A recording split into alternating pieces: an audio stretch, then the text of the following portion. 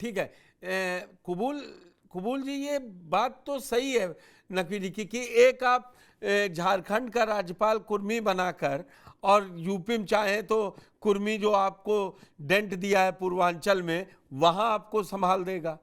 या आप बोहरनलाल यादव, बोहरनलाल मौर्य की बात की, जैसे कि केपी वो स्वामी प्रसाद मौर्य हारे थे तो हमने तो ओबीसी दे दिया।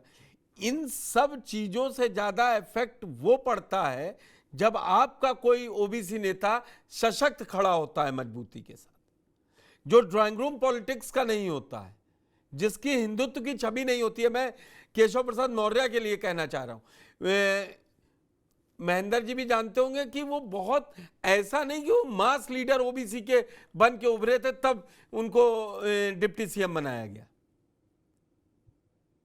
एक तो पुष्कर जी ये है डिस्कशन कि में देखिए शायद मैंने ये बात 2000 कही जो थी। एक मिनट जरा, पुष्कर जी नकवी साहब कुछ कहना चाह रहे हैं। मैंने पिछले पैनल डिस्कशन में ये बात कही थी कि केशव प्रसाद मौर्य जो है वो जनाधार जी से उपजे नेता नहीं थे। वो एक घटनाक्रम था इलाहाबाद का जिसमें वो हिंदुत्व के पोस्टर बॉय बन गए थे। और अशोक सिंघल जैसे नेता को जो है वो जिन सिर्फ दो लोगों को टिकट की सिफारिश की थी उसमें एक केशव प्रसाद मौर्य भी थे। तो वो परिस्थिति जन्य नेता था। ठीक, जी कबूल जी, यही बात। अब आप पूरी कीजिए अपनी बात। देखिए पुष्कर जी, सबसे बड़ी बात यह है कि केशव प्रसाद मौर्य निश्चित तौर पे वो जनाधार वाले नेता नहीं, लेकिन भारतीय जनता पार्टी ने उनको एक बड़े ओबीसी चेहरे के तौर पर प्रोजेक्ट किया था। उनको प्रदेश अध्यक्ष 2014 के चुनाव के बाद उनको प्रोजेक्ट किया, और खास तौर से प्रदेश अध्यक्ष की बागडोर जब उनको दी उत्तर प्रदेश की, और वो पहले ऐसे नेता थे जिन्होंने ये कहा था कि उत्तर प्रदेश में 2017 में भारतीय जनता पार्टी 300 से ज्यादा सीटें जीत के आएगी। उन्होंने कोशिश किया क्योंकि उत्तर प्रदेश में उस समय मुख्यमंत्री अखिलेश यादव थे। अखिलेश यादव की सरकार में खास तौर से गैर यादव ओबीसी का जो नैरेटिव था उसको बहुत अच्छे तरीके से भारतीय जनता पार्टी ने स्टेब्लिश किया। एक चीज। दूसरी चीज ये थी कि बसपा उस समय लगातार कमजोर हो रही थी, और तमाम जो खास तौर से ओबीसी के नेता थे उन सब को लेके वो ज्यादातर नेताओं का जो आसरा था उस समय भारतीय जनता पार्टी बन चुकी थी। और ओबीसी के सबसे बड़े चेहरे के तौर पर प्रधानमंत्री नरेंद्र मोदी खुद थे, जो उन्होंने अपने उत्तर 2014 के चुनाव में, अगर याद हो, सबसे पहले वो उत्तर प्रदेश में ही आके बोले थे कि अपनी जात ओबीसी बताया था। बिल्कुल। तो इस तरह से जो ओबीसी में खास तौर से अखिलेश यादव के खिलाफ जो वो थी कि अखिलेश यादव सरकार में जिस तरह से यादव समुदाय का दबदबा वाला नैरेटिव गढ़ा गया, सारी नियुक्तियों में ओबीसी का वर्च ये हुआ कि यादवों का ही वर्चस्व है, उसने जो तमाम खास तौर से गैर यादव ओबीसी थे उसके अंदर चिंतन जो है उसको समाजवादी पार्टी से दूर किया। बसपा के साथ थे, बसपा के कमजोर होने की वजह से भी वो बीजेपी के साथ आए। अब बीजेपी का अपना सवर्ण वोट बैंक जो है, कोर वोट बैंक, वो उसके साथ स्थापित रहा, और जो गैर यादव ओबीसी के मिलने से वो एक मजबूत समीकरण उत्तर प्रदेश में बना। लेकिन सबसे बड़ी बात है कि आप उसके बनने के बाद, सत्ता हासिल होने के बाद, जो ओबीसी ओबीसी समुदाय की अपेक्षाएं थी, उम्मीदें थी, क्या उस पर भारतीय जनता पार्टी खरी उतरी? आप देखिए कि उत्तर प्रदेश में जो सबसे पहले ओबीसी जाति भाजपा का कोर वोट बैंक बनी वो थी लोध। उस लोध वोटों में भी छिटकाव दिखा, और वो छिटकाव ये दिखा कि हमीरपुर जैसी सीट भारतीय जनता पार्टी हार जाती है और समाजवादी पार्टी के वहां से लोध कैंडिडेट जीतने में कामयाब होता है। बिल्कुल। तो कल्याण सिंह के जरिए कल्याण सिंह के बेटे चुनाव हार जाते हैं, वहां से कोयरी समुदाय के साक्य जो है जीतने में कामयाब रहते हैं। तो इस तरह से आप आंवला देखिए, आंवला में नीरज मौर्य विधानसभा चुनाव हार जाते हैं, लेकिन आंवला से लोकसभा चुनाव जीतने में कामयाब रहते हैं। इसके पीछे दो बड़े कारण हैं। पहला कारण यह है कि जो सपा के दो बड़े वोट बैंक थे उन्होंने अपने आप के साथ अपने हर वो शर्तों के साथ अपनी अपेक्षाओं को दरकिनार किया। वो थे यादव और मुसलमान, और उसने आंख मूंद कर समाजवादी पार्टी और इंडिया गठबंधन को बिना शर्त ये ना उम्मीद करते हुए कि हमारा प्रतिनिधित्व बढ़ रहा है या घट रहा, उसने दिया। सपा का 30% वोट बैंक स्थापित हुआ, और उसमें जो कोयरी समुदाय या कुर्मी समुदाय है उसका वोट जुड़ा, उसने जीत का आधार तय किया। इसीलिए आप देखिए, आप उत्तर प्रदेश में पहली बार इतनी कुर्मी सांसद जीते, पहली बार बहुत अरसे के बाद कोयरी समुदाय के 3 सांसद बनने में कामयाब रहे, और एक बहुत मामूली वोटों से हार गए। मुझे याद है कि 3 सांसद जो है उत्तर प्रदेश में आजादी के बाद से सिर्फ एक बार बने या दूसरी बार चांसेस है कि कोयरी समुदाय से 3 जो है सांसद बनने में कामयाब रहे। 2, तीसरा कारण ये है कि पासी समुदाय का प्रतिनिधित्व बढ़ा। तो आपने और समाजवादी पार्टी ने, देखिए मैं बता रहा हूँ, समाजवादी पार्टी में जो टिकटों का वितरण था वो बहुत अच्छा था। जहां पे बीजेपी ने ब्राह्मण कैंडिडेट उतारा था, वहीं पे समाजवादी पार्टी ने अपने कुर्मी कैंडिडेट उतारे थे। उसमें से अगर पीलीभीत अगर मान लिया वो सीट थोड़ी सी लूज हुई, इसके अलावा ज्यादातर जगह पे उन्होंने यही कॉम्बिनेशन बनाया कि कुर्मी बनाम ब्राह्मण का कॉम्बिनेशन हुआ। और उसमें क्योंकि बिल्कुल। कुर्मी कोयरी ये 2 ऐसी जातियां हैं जिसके अंदर अपना सजाती प्रेम बहुत ज्यादा है, और वो सजाती प्रेम होने की वजह से उनका झुकाव वहां दिखा। उत्तर प्रदेश की एक केवल वाहिद सीट थी जहां पे कुर्मी बनाम कुर्मी की लड़ाई अखिलेश यादव ने स्टेब्लिश की। 2 सीटें थी जहां पे कुर्मी बनाम कुर्मी की लड़ाई हुई थी। उसमें एक सीट थी बांदा की, बांदा की सीट थी जहां पे आर के पटेल। तो भारतीय जनता पार्टी और समाजवादी पार्टी दोनों के कुर्मी कैंडिडेट थे।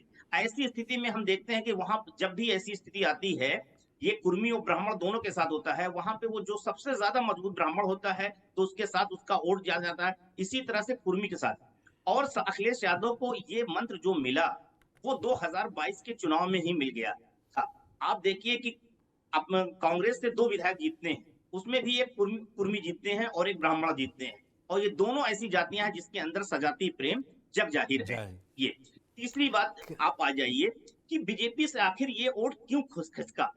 दरअसल बीजेपी से इसलिए खिसका क्योंकि कई चीजें आप देखिए, 69,000 शिक्षक भर्ती है, इसका मामला जो है लगातार ये बात उठ रही थी कि ओबीसी के समुदाय के साथ आरक्षण में अनदेखी हुई है। वो लगातार आंदोलन कर रहे हैं, उनकी आप अपेक्षाओं को, उनकी उम्मीदों को आप उनको जो उनकी समस्याएं उनका समाधान नहीं कर पा रहे हैं।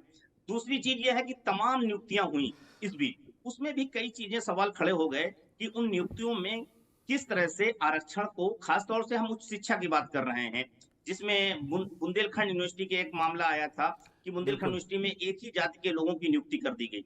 उत्तर प्रदेश में आज अगर हम देखें तो तमाम जो है, खासतौर से आईएएस आईपीएस की जो नियुक्तियां हैं डीएमएसपी की, उसके अगर फहरिस्त देखें तो उसमें किस जाति के लोगों का वर्चस्व ज्यादा दिखता है, ये भी दिखता है। कहीं ना कहीं मुझे लगता है एक बड़ा कारण ये रहा ओबीसी समुदाय का, और अखिलेश यादव और राहुल गांधी की जो सियासी केमिस्ट्री बनी, और उन्होंने जिस तरह से बीजेपी को ये स्थापित करने की कोशिश की, ये नैरेटिव गढ़ने की कि जो सरकार है, ये सरकार जो है वो दलित और ओबीसी विरोधी है, और इतना स्थापित कर दिया। और खासतौर से क्योंकि जो ओबीसी चेहरे थे, चाहे वो केशव प्रसाद मौर्य हो, वो भी असहाय नजर आ रहे थे, या जो स्वतंत्र देव सिंह है, उनका असर नहीं है। बीजेपी ने जो जिन ओबीसी चेहराओं को उभारने की कोशिश की, वो कहीं ना कहीं अपने आप में हाशिए पे नजर आ फिर रहे थे, और वही चीज जो है बीजेपी के लिए हानिकारक साबित हुई, और हानिकारक हो सपा गई। के लिए उम्मीद का किरण जग गई। प्रेम जी, फिर तो ये बड़ा बीजेपी के लिए, मतलब ये अब वो खेल हो गया है कि अब वो संभल ही नहीं रहा है, जितना संभालने जाते हैं उतना बिगड़ जा रहा है। क्योंकि लौट के, मैं उत्तर प्रदेश के परिप्रेक्ष्य में आपसे बात कर रहा हूं, कि लौट के वो केशव प्रसाद मौर्य के पीछे दिखाई देंगे कि वही नेता हैं, उन्हीं को आगे बढ़ाएंगे।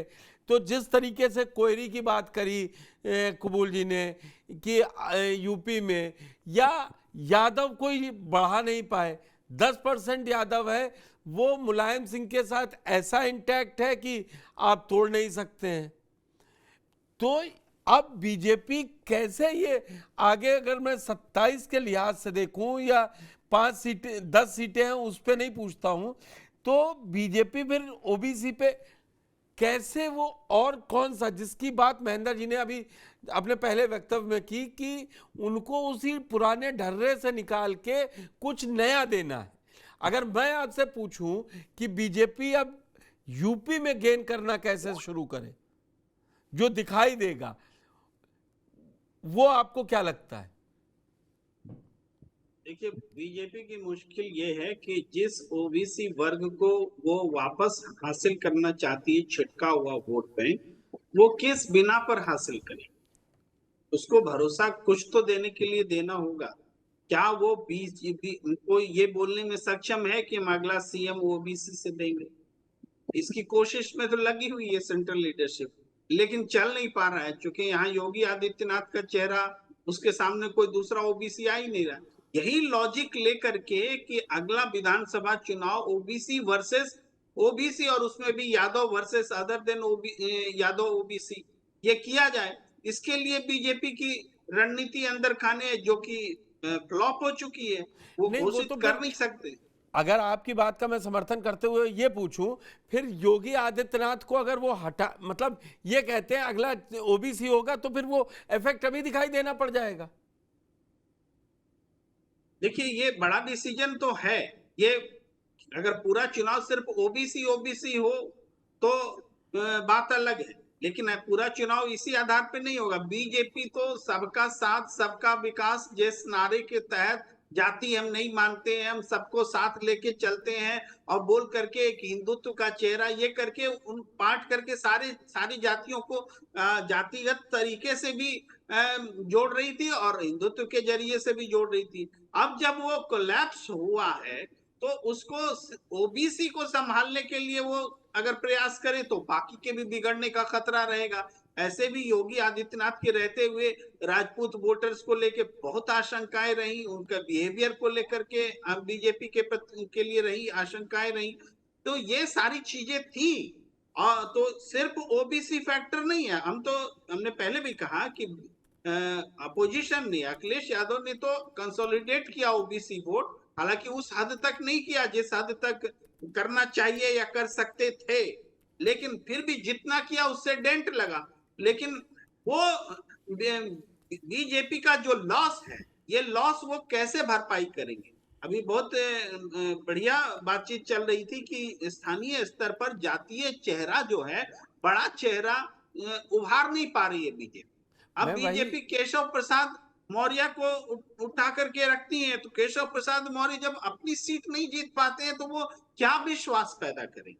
आप जबरदस्ती तो नेता नहीं बना सकते ना।